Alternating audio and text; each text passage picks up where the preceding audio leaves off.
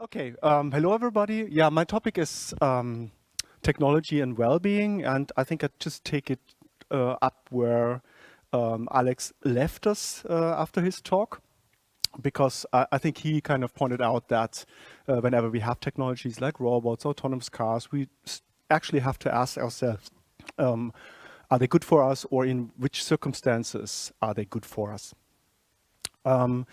Of course, connecting technology to well-being, to happiness is absolutely not new.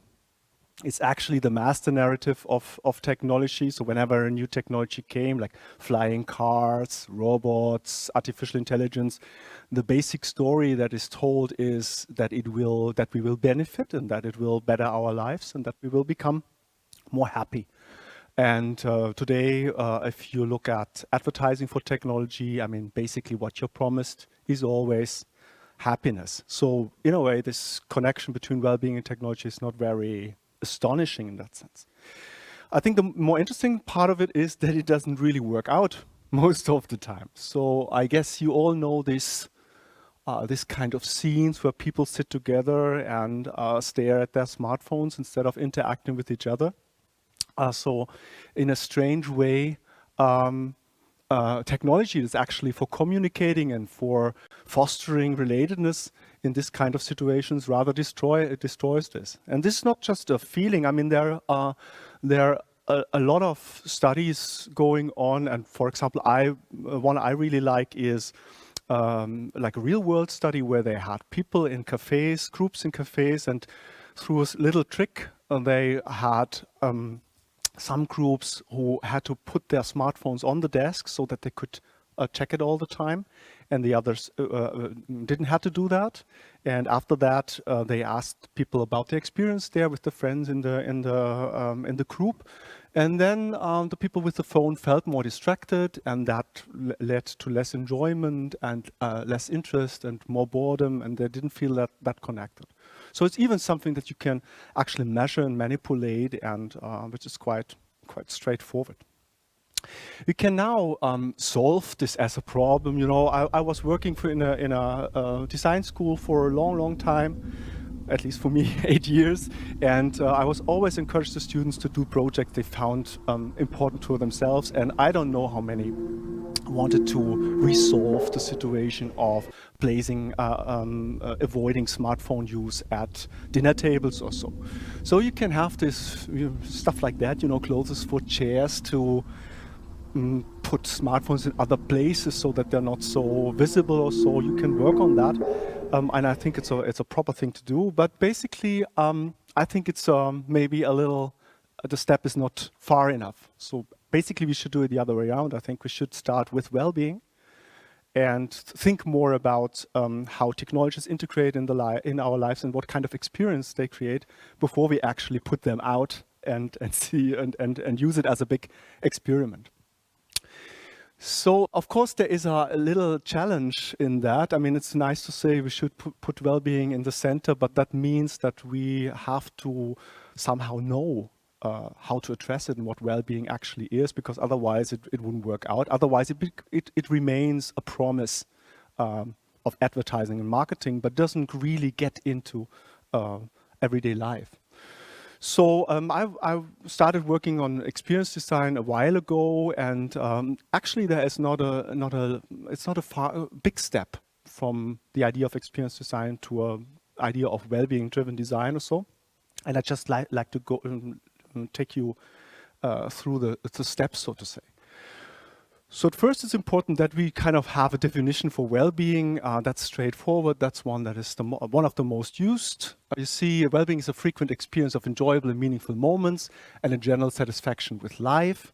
And just to convince you, maybe you all, I guess some of you may already know all this, well-being is an important goal to achieve. So there's a lot of studies coming up or being produced in the last 20 years, and that show that happy people have more stable marriages, stronger immune systems, have higher incomes, so score better on many variables relevant to our personal lives, and the general mechanisms are also already known. It's at the core is always positive effects or positive feelings, and that engenders a lot of different constructs. You're more confident, you're more open, you're more social, you're more creative, all mediated through positive affect.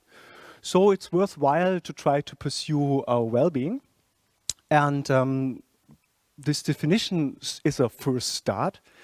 I think the interesting thing here is that it has two aspects. There's something a more like immediate, hot part of it, that is the experience of enjoyable and meaningful moments, and there's then this longer term, more cool component that is rather life satisfaction, like a judgment about your life. So I'm more interested in this experience component, not so much in overarching life satisfaction judgments. But if you look a little bit more into that, I mean, there are many reasons why we have positive experiences, but of course, one important aspect of it is the activities we do. So whatever you do throughout the day, with every activity you have the chance to make you more or less happy. I guess all of you know mornings where you can arrange your morning routine in a way you like it very much and you feel good about it, and some other mornings where you can't. And this already shows that you have a deliberate choice, at least to some extent, sometimes, to arrange activities in a way that they're more fulfilling to you, or you can arrange it in a way that they're less fulfilling for you. So there is potential in activities, and this is of course the direct link to interaction design, because if you, or to product design or design in general, if you design an artifact, it's used in an activity and it structures the activity. But we will talk a little bit more about that soon. So now in design, that doesn't really help. If to know what well-being is, you need to go deeper and you need to find a system that helps you to tackle different types of well-being and to have a mechanism to refer to. And I use psychological needs. I guess you all know maybe Maslow or so. So the idea of a need is very common in psychology, and this was developed in different theories. And basically today, the idea of a need is something like definition here, an energizing state that, if satisfied, conduces towards health and well-being, and if not satisfied, contributes to pathology and ill-being. So it's something that is innate and motivating, and which kind of defines us as humans, you know. It's a bit abstract, but let me show you one. For example, autonomy. So if we can do things in a way we want, set a little bit our own rules, have our own pace of time and stuff like that, then we have the chance to experience autonomy, and that is actually something we like. And if we can't do all this, then the potential is great that we will not have a autonomy experience.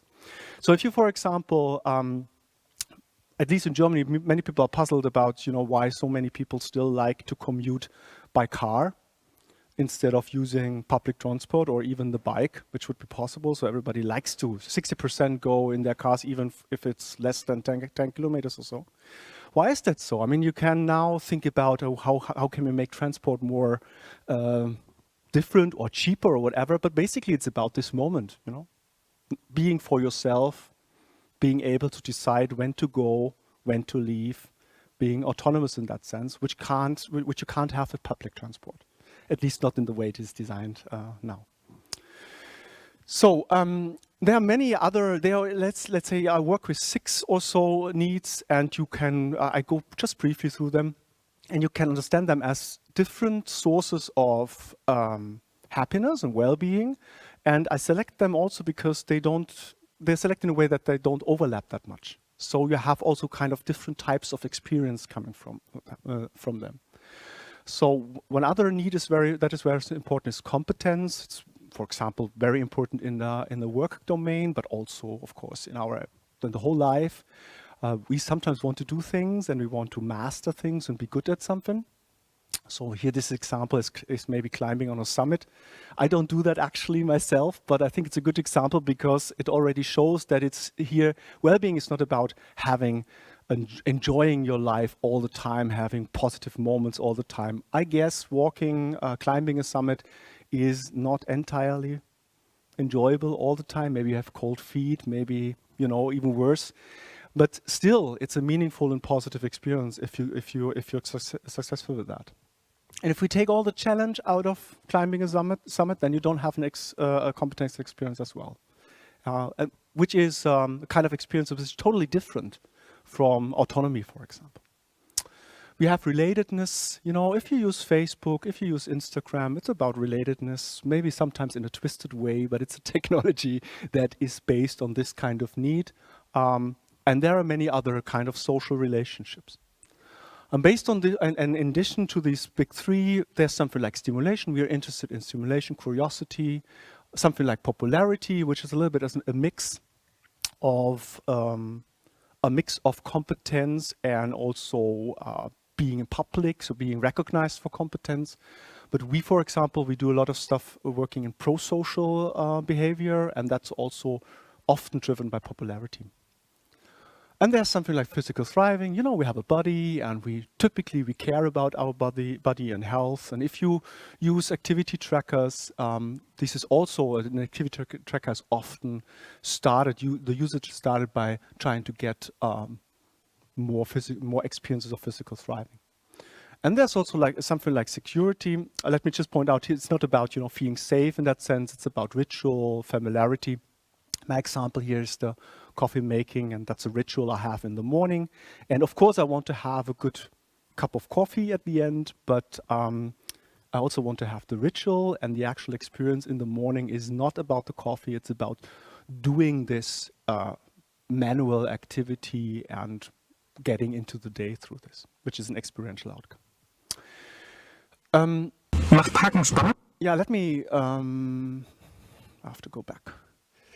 I think it's a bit abstract, but I want you to show a video like where you can see a need in action, so to say.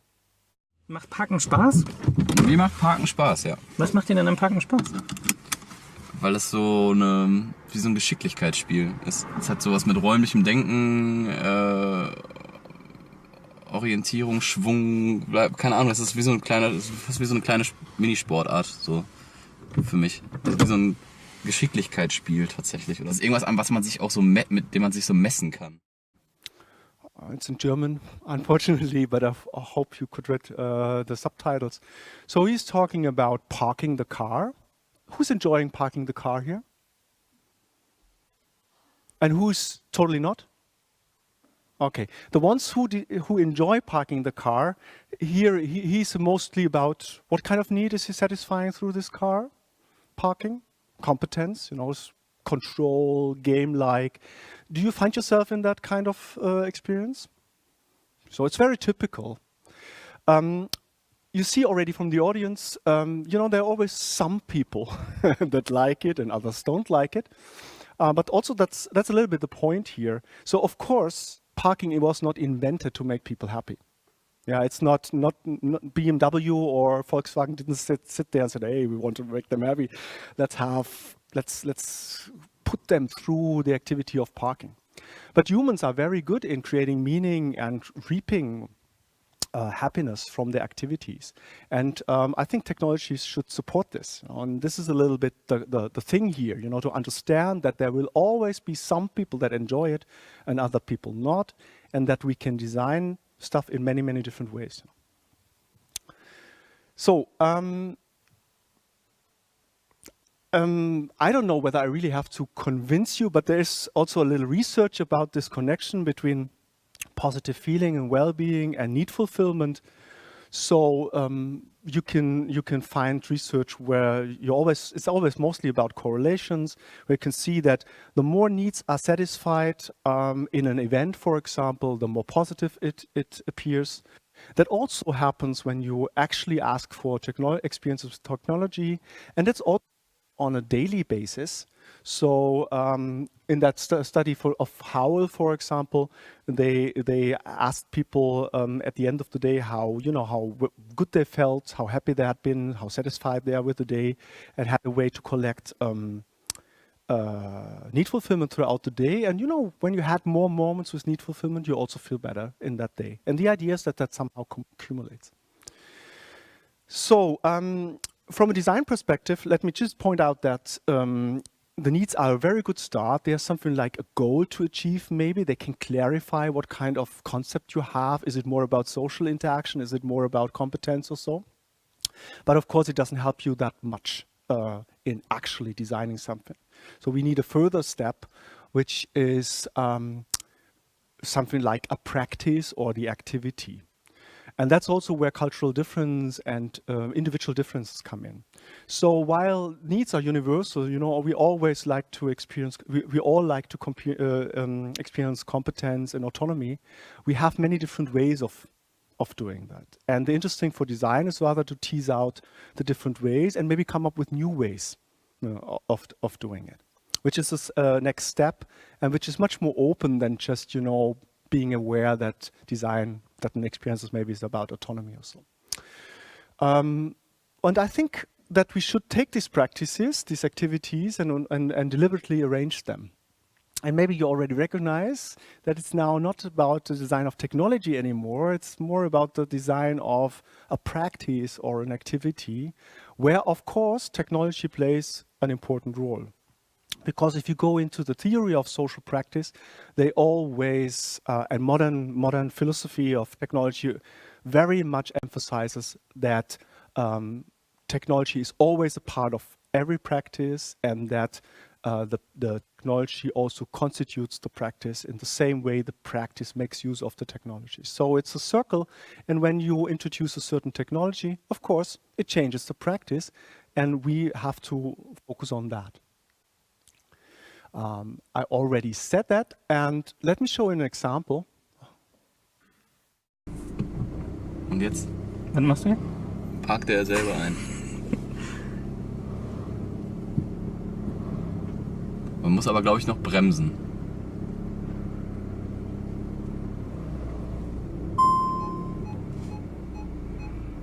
Und wie fühlt sich das jetzt an? Voll gruselig. Wenn du jetzt an dieses, was du vorher gesagt hast, was du schön findest am Parken, was hat das davon? Nicht im Ansatz so befriedigend. Es ist irgendwie beeindruckend, dass er das hinkriegt, ne? Also, dass er jetzt auch wahrscheinlich ziemlich gut am Rand und so, der parkt halt perfekt ein, ne? Muss man ihm schon lassen. Ja, ich sehe nicht mal den. So, und, aber irgendwie ist es nicht so eine große Befriedigung, wie wenn ich jetzt selber eingeparkt hätte. Und ich parke halt einfach. Ja, wer hat denn jetzt hier gerade gut geparkt? Das Auto, das System hat gut geparkt. Ja, ich habe damit nichts zu tun. In dem Fall. So you see, through this automation, through this different, this other interaction, what just happened is just the experience went away. So all of you who don't like parking, it's a good news. So I also think that this guy will find other ways to have fun in his life. Yeah, but still, from a well-being perspective, now an opportunity in everyday life to experience some happiness is gone. And I think it doesn't, you already also see that it, from this little snippet, that it doesn't have to be like this. Because one problem here, for example, is that the engineers don't think of it, they think of it as an intelligent car that want to fully automate an activity in a way that it's better than the human. But why? I mean, you could also think about how to empower through automation this person here, so that the people that don't like parking maybe have a new parking experience, and suddenly with this car have the feeling that they can enter every parking lot everywhere with competence and popularity. I mean, if we can build this, we can also build other ways of doing it, and I think we have to discuss it under this heading of well-being or positive experience. And that thinking about well-being leads you in that direction. For me, it's important to understand that, typically the technology is, the idea of technology companies is always like, they do this technology, it's rather neutral, and then it's the users that kind of make sense and put meaning into it, and sometimes they do it good and sometimes bad. It's a little bit, they appear as if it's not no business of the actual provider of the technology. But I think in design, you know how subtle these stories are. I just want to give you one example. Let's say you have a you have a mechanism where you have a social media site, and then you can invite other people to come in contact with you. So, and in one side you call it friends, and in the other side you call it followers. But technically it's the same mechanism. But still, from a well-being or from an experience perspective, it's a totally different story. If you talk about friends, you talk about relatedness. And if you talk about relatedness, you talk about quality of relationships. You want to be there maybe for other people. I'm not saying that Facebook is used all the time in that sense. Yeah, of course not. It's used for many different ways. But the idea of friends suggests that. And in fact, if you go to Instagram, for example, it's more about popularity and to impress. I don't know how your Instagram versus Facebook experience is. Mine is that my friends are much more stable. I don't get that much additional, and the ones I have tend to stay, while my followers are a little bit more volatile. They come in and then they go, and we have different kinds of communications through these different websites. Also, the mechanisms is the same.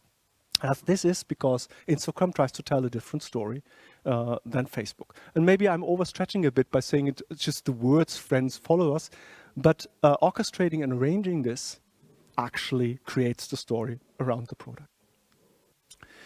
So I just, that was a little model, and then I have maybe a little time left for some examples, I hope.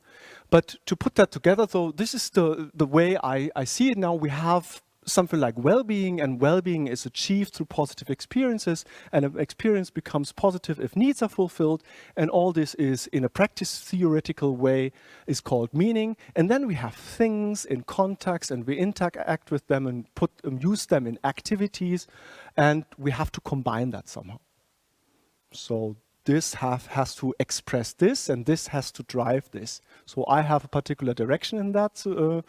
So where I think the meaning, the needs and experience should come first, and then we should think about how technology should be to fulfill needs and not the other way around. And in fact, it's most of the times the other way around. I mean, who of you once wanted an autonomous car? I mean, nobody's woke up and said, oh, maybe that would be a great idea.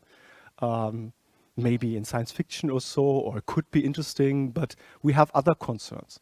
But the technology is there and it drives it. And now we maybe should turn that around and think differently about it.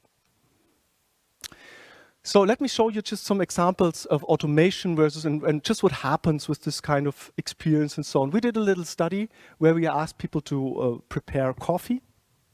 Each person prepared 2 different cups of coffee. One arrangement we make, one practice we arrange for them was this. So using the grinder, the manual grinder, using the small espresso machine, you see some usability problems. And then you have the coffee. And in the other scenario, it was just this, Senseo pad machine. And in a second, you can see a way to get more enjoyment from a Senseo. Sniffing the pad. Who's doing that? Is there somebody? Yeah. You can learn something, Next time you use your Senseo, sniff the pad. Of course, what happens when you let people prepare coffee like this, and then we measured need fulfillment, we measured positive effect, we measured time on task, just to get an idea of the differences of the experiences created. And it's maybe not surprising that doing it manually, which is not really manual, because it also involves tools. It's also tool mediated, but a different, more direct in a way, that it's more need fulfilling, especially it produces more competence and it produces more stimulation, which is good. It's also more positive, so people have more positive feelings from it. They also have more negative feelings from it. So it's not that, let's do everything manually and then, life is wonderful. It's also more negative, the experience. It takes much longer of course, to do it by hand, like 11 minutes versus 3 minutes. And if you look at the positive moments, in manual, it's based on the activity, mostly grinding. In the automatic, everything is based on the result. So you're not in the activity anymore, you're looking for the coffee.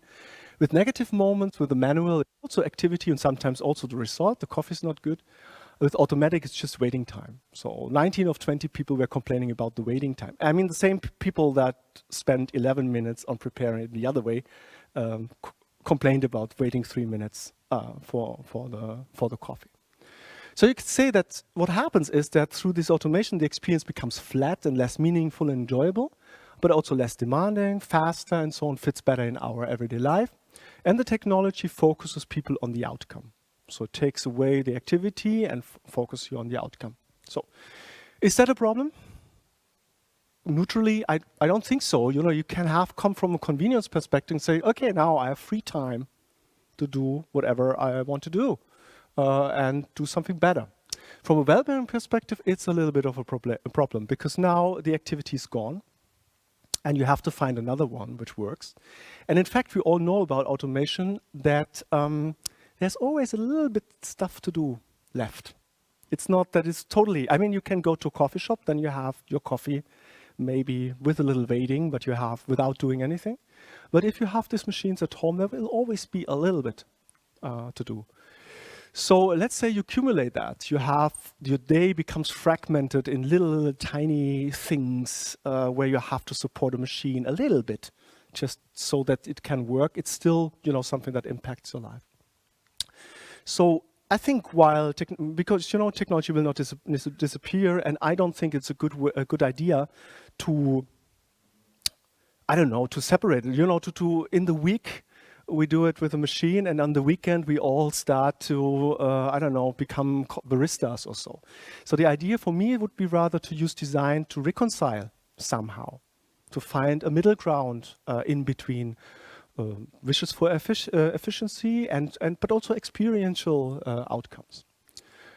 How would that work? I mean, at the design school, you can just start doing stuff like this. So ask my students to come up with ideas. And of course, one thing is you just let the machine do the working, but you make it more experienceable.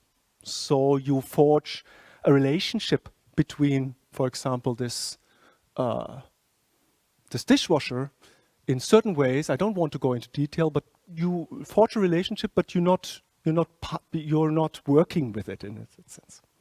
You can also let the machine do the stuff, but serve nice other practices. For example, if you do a cake, many people like nibbling. I know it looks a bit strange, but you can see you get the dough out there. So the machine is doing the work, but the machine is designed in a way so that you can still do stuff that is positive when you bake cake. You can also do something like automation from below. So you start with the manual, and then somehow the manual thing is just going on, doing stuff like the spoon that just goes on.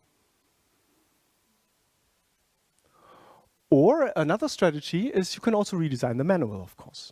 If you know, if something is not so, this, for example, is another way of washing vegetables. If you want to. So why not? I mean, it's possible. We can design these many different ways. And that's all responses towards dealing with automation. So it's not natural that we have to automate everything. It's rather our fantasy that restricts us in that sense, you know, or maybe also the models we have.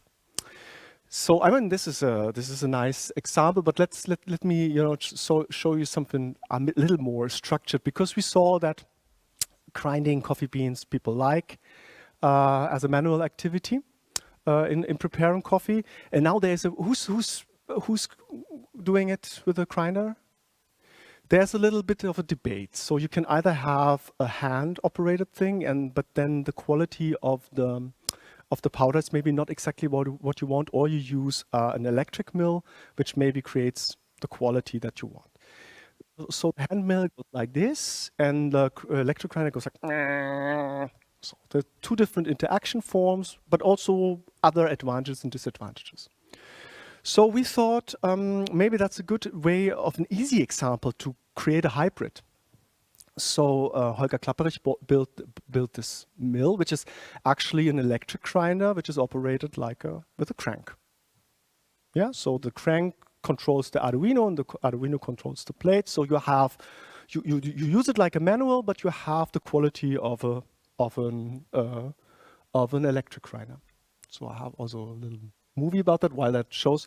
So we did a study, and we had people in the laboratory, and they had to grind some coffee, and they used a hand machine. They used the electric grinder with the normal interaction, which is a button you have to press, and then they used this kind of electric grinder, which again is the same electric grinder. And then we measured many different things: need fulfillment, positive affect, meaning, and so on. And then in general, what happens is that the electric grinder with the hand crank is as good as so the worst is the electric. No meaning, I don't want to use it further, no pleasure, no need fulfillment. And then there is the hand operated, and then this kind of stuff is even a little bit better to some extent. Like, like a little bit like using an electric bike, a pedelec or so, we feel stronger and stuff like that. So what happens is,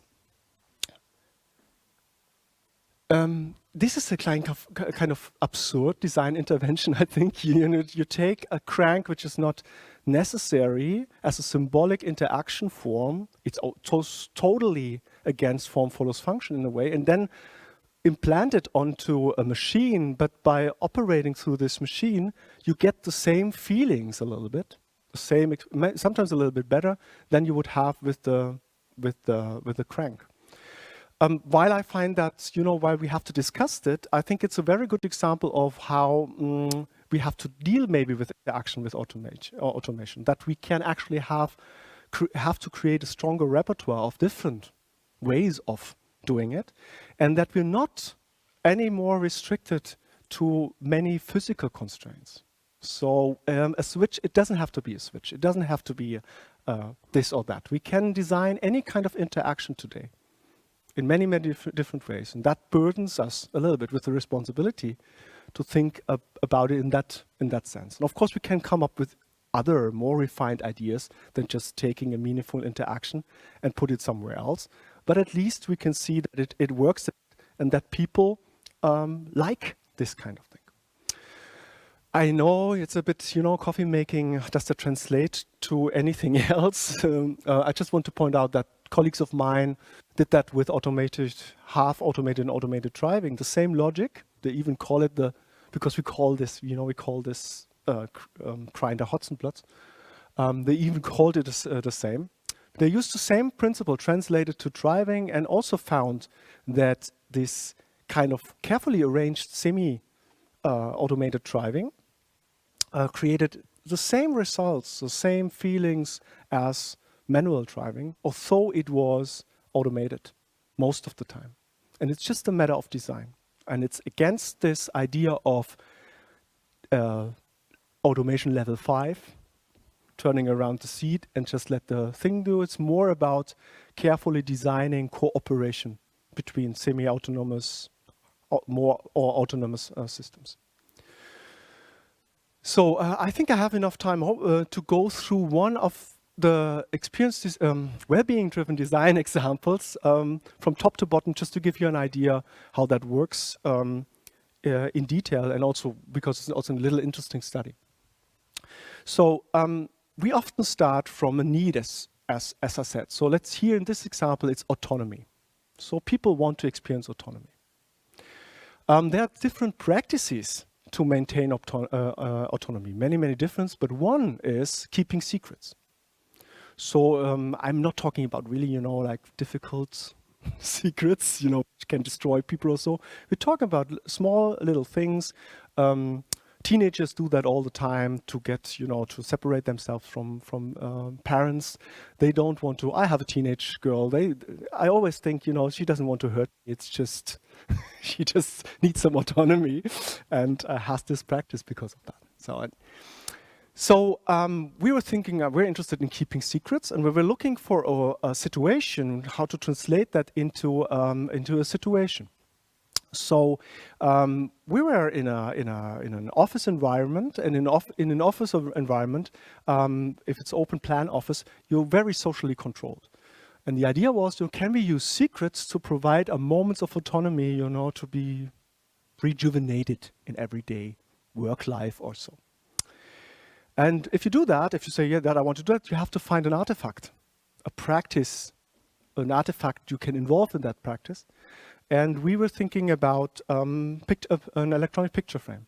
Because if you look at offices, you're not allowed to individualize it that much in offices, but the picture frame is something that is quite accepted, and you can have certain pictures on that. And there are also pictures you wouldn't maybe not show, for many, many different reasons, but which, would be good for you to see. So we thought about having a secret picture in a picture frame that you can consume most of the time. So here's a very early prototype. You see this picture frame, and then there's a interaction to reveal the secret picture, and then you can place it back. That was the general idea. And we haven't tested this idea now, and not in a larger context, but I like to go on a little bit further, more in terms of interaction. You already saw that we didn't just press a button. I took up the picture frame and tilted it a little bit. What do you think? What kind of experience, or what kind of feeling did I want to convey through this? Like personal closeness, shielding a little bit, like this. So there, you see, there's already in the interaction, there's a little bit of the general idea expressed through the interaction.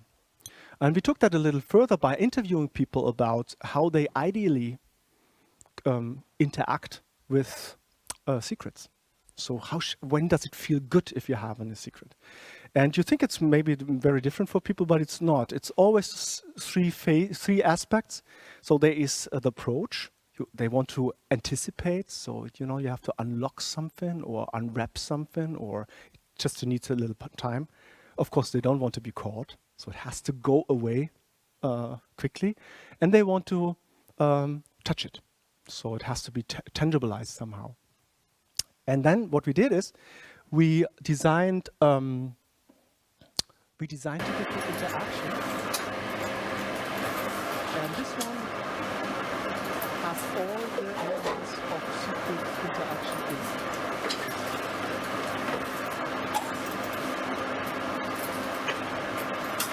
So there's a slow revealing, there's the touching of the object.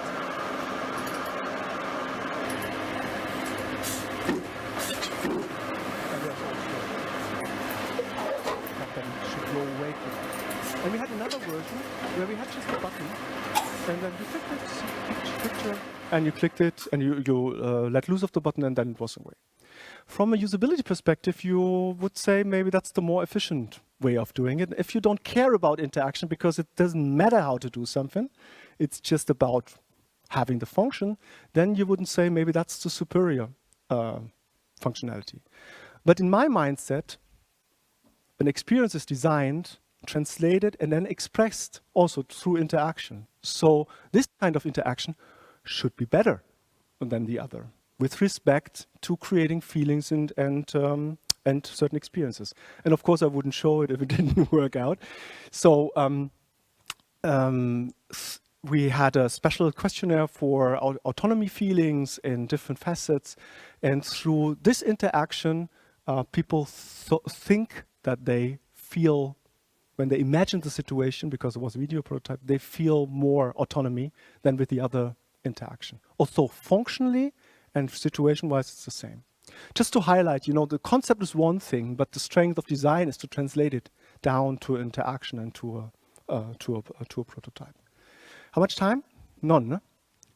So let me skip then everything I else wanted to show you. Huh?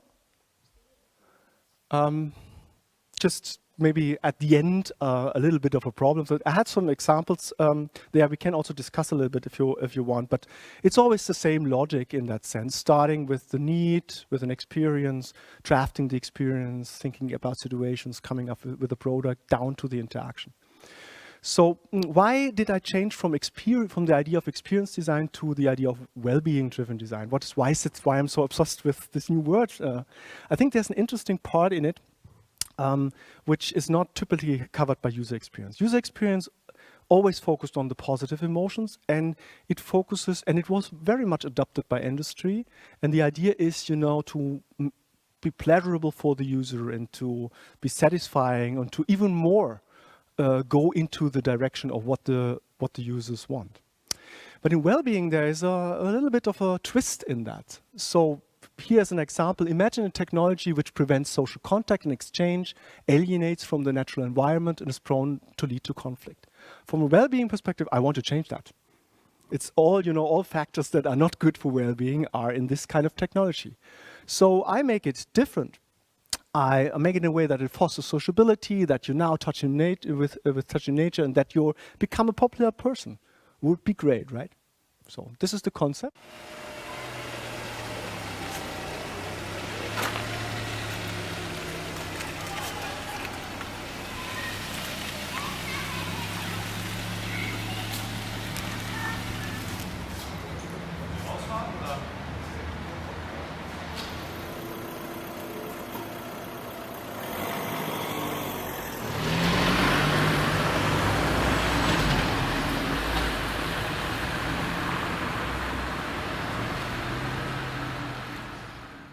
We did. So there was a very small student driving the car and the other pretending to do that. We did that in Essen and just looked what people did, and it works properly. It's really great. So you talk with people, and the other drivers understand you as a driver. You're never too fast. You're always in the right speed. It's really good. But if you show this, I did this for BMW.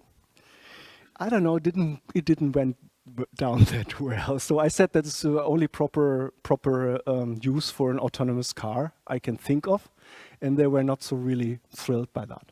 Why is it so difficult? So, everybody who I show that comes up with thousands of reasons why this wouldn't work.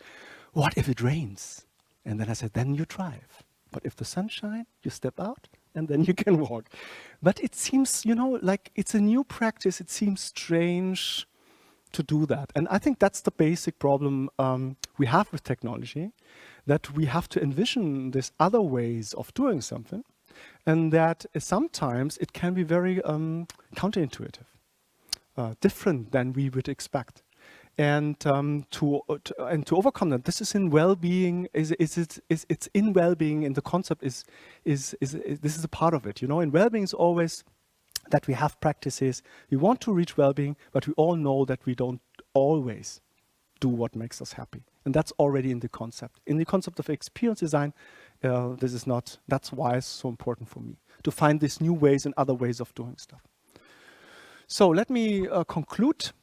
So I hope that I showed that all technology inevitably shapes well-being through functionality and the interaction. So either implicit or explicit. So it happens. You can't do any. You can't just say, "Oh, I'm not doing experience design." It's not possible. You always do it. So I think well-being should be the starting point of that, not the technology. As we need more value fiction, less science fiction, and more social innovations and less technical innovations. So finding new uses for already existing technology is for me much more interesting than coming up with this next technology that will never work in the way we expect it to work. We should talk more about the narratives that we create through the designs, so the stories. We should talk about them and write about them and show all our underlying assumptions. I don't know how you found that the utopian video at the end, but for me of Alex's talk, but for me that's pure propaganda. So it's not near any reality, and we have no way to criticize that. The design environment is awash with this kind of movies that show how it's supposed to be without any proper discussion or critique or so. And then I want to show that well-being and change is related, maybe with this last idea that we, or when we design and that come up with innovations, and when they are not technology-driven, but well-being driven, it always means that our everyday life changes. And that's much harder for people than just adopt a new smartphone. It also means that we a little bit know better than people themselves. So sometimes we know something, which is good for people, and they don't think, or they haven't recognized yet or so. So this is a very tricky business, and we have to have design practices that kind of take that up, which are transparent and reflexive and understanding, and I think also humor is important in that. So an enactment like this, the car on a leash, does not only serve the purpose of seeing how things could be different, but also as a humorous, a little bit ironic comment on how it actually is, as a starting point for new ways of doing things. Thank you.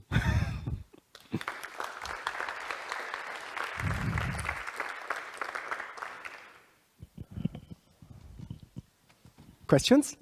Yeah, thank you. It was truly inspiring. Thank you. This one, the first one, gets the T-shirt. There you go. I take the T-shirt with me.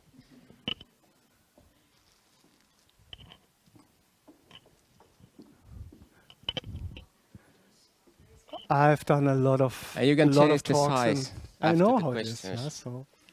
Or the color. I have a black one as well. And now we're talking more about the incentive than the question. So, I didn't just ask for the T-shirt. It's on. It's on, yeah. Test, yes.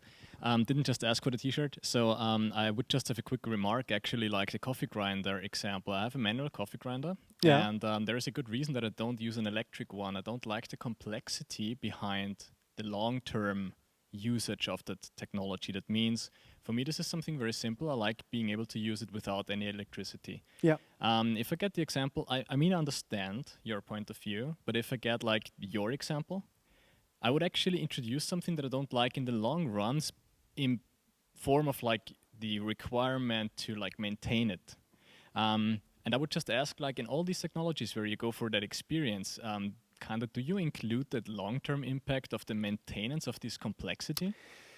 I can fully, truly, deeply understand your concerns. So, and I think I'm also surrounded by a lot of people that think a little bit in that direction. And if you approach it like this, of course you come to certain kind of concepts, you know, that don't require that kind of effort around it, like for example an electric mill, and also you can prevent all this stuff that can go wrong. So I'm sympathetic. So our topic here is that there are many people that do it that don't think like you, and they buy machines and complicated machines and automats for the home, like complex coffee machines. And they don't think like you, they just think about this coffee. And they import a little bit of this logic from production plants they invite it into their homes. You know, they just take this logic and now extend it also to their home, because now also the coffee has to be made effective there. And this is something I'd like to pry a little open through this. So if you want to work with producers of coffee grinders or with kitchen manufacturers or so, they live in a world where they look for these technological innovations and put all that stuff into that, and they have buyers, you know, that go like, oh, that's cool, and I built this complex thing. But then there's a little bit of disappointment later on. So how can we start from these people and kind of maybe put them a little bit more in the direction you said, because it's more, I think it's more fulfilling, it can be more fulfilling in many different ways. So sometimes this works without any design intervention. So I have in BMW, I work with somebody who always used Nespresso capsules. I talked so long with him. And the next time I saw him, he said, you know, now I bought coffee grinders, manual coffee grinders. And I use them all the time and now prepare the coffee differently. And then I said, hey, but you complained that when you have guests, it will not work out. That was the reason why you have this other coffee machine. And she said, I just bought 5. So I see the people sitting there before they get their coffee. They have to grind their own beans. It's kind of a nice image, a nice picture for me, but it's totally different. I think that's in design. You don't have to decide really. I think the good thing with design is that you don't have to go into this or this direction totally, but you can take up a little bit of that and try to steer it and reconcile these different ideas of how products should be. Yeah, even if you would have an electric grinder that is a little easier to disassemble, you would also think about using it, and that's this kind of ideas we have to work on, I think. Next answer will be shorter, I promise. Not every answer should be a talk. Thank you for this wonderful talk. I was wondering about contradictions, because when you put the slide on with the question, who would like a technology which alienates people and so on, and then the other side of from the well-being perspective, I think, for instance, Facebook would answer on both sides. So sometimes you might have designs that are actually contradicting themselves, that they would have qualities that actually turn out negative. Also, a bit, I fully understand. Also, a bit of a complicated answer, maybe. So, I think the general logic now, at that moment, is still to design infrastructures. So, for me, Facebook is rather an infrastructure, like a mixed bag of everything that could be handy. And the idea is that now people create practices around that with that technology. So that's why it's so contradictory, because for some it's a live log. For others it's advertising, and then all this kind of stuff happens. In this kind of logic, if you go into experience or well-being driven design, there's this wish to control and author more. So not just having open, but trying to define how this experience should be. And that's, I think, if you do it like this, then you wouldn't have this many contradictions anymore. It's just because all this technology is treated rather as infrastructure. And for example, if you have apps on the mobile phone, the apps are the real content. That's the interesting thing. But like the manufacturers always say, it's like just an infrastructure. I have my shop, I earn my money, and then people do these apps and steer through this how the phone is used. And it's the same there, like you have very many contradictory apps on a phone because of this general idea. In BMW, they once asked me, how many of this kind of experience can you have? So these little ideas and put everything. But we made a project, for example, about the daily commute to work, and you can kind of orchestrate and arrange different experiences in a larger scenario, so that it makes sense altogether, and is not so and tells a clear story, and not so many different intertwined stories.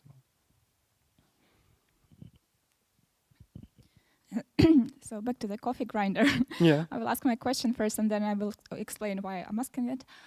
So I'm wondering if all the participants of the grinder experience have previously had the experience of the manual grinding. Mm-hmm. Because like for the people who are not used to using the manual grinder, this may not have that much meaning. So I was wondering if it's purely like physical enjoyment and like pleasure of using the grinder, or does it have to do with a previous experience? It's a very good question. I know that some of them didn't have the experience, but it's so pervasive. I mean, everybody knows how these things work, and it's this the name Hotzenplotz relates to a certain story. So many people know this kind of thing. That's why it's so difficult to separate that. Is it just the pure physical enjoyment, or is it only the fact that we have this symbol of manual, or is it something in between? Yeah, I was just thinking that these experiences may be confusing for the people who do not have the similar experience. Like for the kids now, it doesn't make sense why the save icon on the computer is a floppy disk. So like it can be the same confusion or even frustration. Yeah, that's typical in a designed environment, you know, like some of the things, there is no naturality in a designed environment. So you always have to play around with interaction forms people know or so. Yeah, I mean, that's something that is clear. So in 300 years, if nobody knows a grinder anymore or a crank, the people will not understand that. But right now they understand it, and it gets that meaning. And in addition, I think this idea of being in the loop and doing something actively is more expressed through something like this, something like this, for example. So maybe there is something in the real, in the mere motor, sensomotory engagement I have through this. But that would be, of course, something you have to test, and then because we could have other interaction forms which don't have the symbol part of it, don't go like this, but also afford movements, and then we can see whether they work in the same way. It would be a very nice research project, I think. So I'm a bit torn, you know. On one hand, you're fully right, so everything is a symbol. On the other hand, I think in this case, it's also about sensomotoric and bodily experience in that sense, which conveys the meaning of I'm there and I'm doing something. More questions, comments there? So in the one previous slide, I think you said something like we should pull well-being in design before anything else, or something along those lines. I'm sure you're aware that you're not the first or only person to say something like that. Yeah, of course. So why don't we do that already? And that actually got me thinking, maybe there's a difference in well-being for end users, kind of what your talk was about, and well-being for manufacturers or people that actually design things. Maybe it's a bit related to the contradiction question from earlier. So first of all, I fully agree. So, I mean, we have research projects trying to explore this, and I also work a lot with industry. I mean, there is a structural problem, of course, in that. The structural problem is that all the companies we have, they're good in certain technologies. So, of course, it's natural for them to start with the technology. I mean, imagine a kind of economic structure or company structures where a company just starts with the experience, and then, we can do whatever we want, but it has to be benefit well-being, and then, we need a car, or we need a plane, or we need I don't know what, we need a new building or so. I mean, that doesn't fit together. That makes it very, very complicated in that sense. We could have people. We could have. I mean, typically now it is like we have like a project researching that in design in the business environment, and of course it's like there's a company, and they have a technology, and they hire a designer to come up with nice experiences, and then they say thank you and then go. It could be the other way around, you know. There could be a bunch of people that just design experiences and then try to find people that can produce the stuff, for example. So there would be something like a need in change of how that is arranged, how the structure of technology production is in that moment, and I think that takes a lot of time. Has that ever been done before? Designing before producing? In fact, you know, I worked with every car manufacturer in Germany. I work with Siemens at that moment. So, in fact, there are many people that try to approach it and they're successful in a certain way, but somehow the concepts get stuck somewhere in the company. And that's not just, it's not because it's not possible in per se. It's just because at a certain point it's so different. So in BMW, for example, I worked with the people that also thought about cars as mobility. But imagine a company with 95% engineers proud, a part of BMW because they're so proud on their engineering achievement. How should, I mean, you can't tell them abandon your cars, you know. It has no future. They don't do that. So I think that there are many, for me, there are many good examples already I know, but they're not going through. The higher they go into the management, the less likely it becomes that it's that it is actually done. But it's not a law, natural law. I think it can be. It's also true that all of the car companies are hedging their bets with mobility. They're just milking money with their existing. Yeah, that's. I mean, if you that sounds so good, you know. Like I think that sounds so clever how you put it. You know, like I think BMW would always say that. But if you sit there with them, you know that they despise the idea. They want to make cars, you know, like, and maybe there's somewhere who says, hey, if you want to be in business in future, it would be good, but it's not emotionally accepted by these people in that company. It's just knowledge that is not enacted, and that's the problem here. So I think it's less rational, as you now put it. Maybe it's more a feeling also, or the company culture problem. Sorry to hijack the conversation. How about Apple in this regard? They seem to be the closest to have some kind of imagine the experience first and then figure out if you have a plan for this. Totally. I would. For me, Apple is not a company depicting that. So, for example, if you of course, the true innovation that the iPad brought is couch computing, but still a lot of the company communication was about the quality of the pad and not about the quality of the experience that is created there. So later it changed a little bit, you know, when they had to, you can have it in the kitchen and you can have recipes or so. But still, if you try to look up advertising, it's still often very much focused on the thing per se. I think for me a good example is rather Philips. Let's say the parts of Philips concepts that made it through all this into products. So however cheesy that is, but the mood light or stuff like this, you know, like ideas of technology that were rather born from ideas around human experience and not so much from the fact that we have a new cool technology.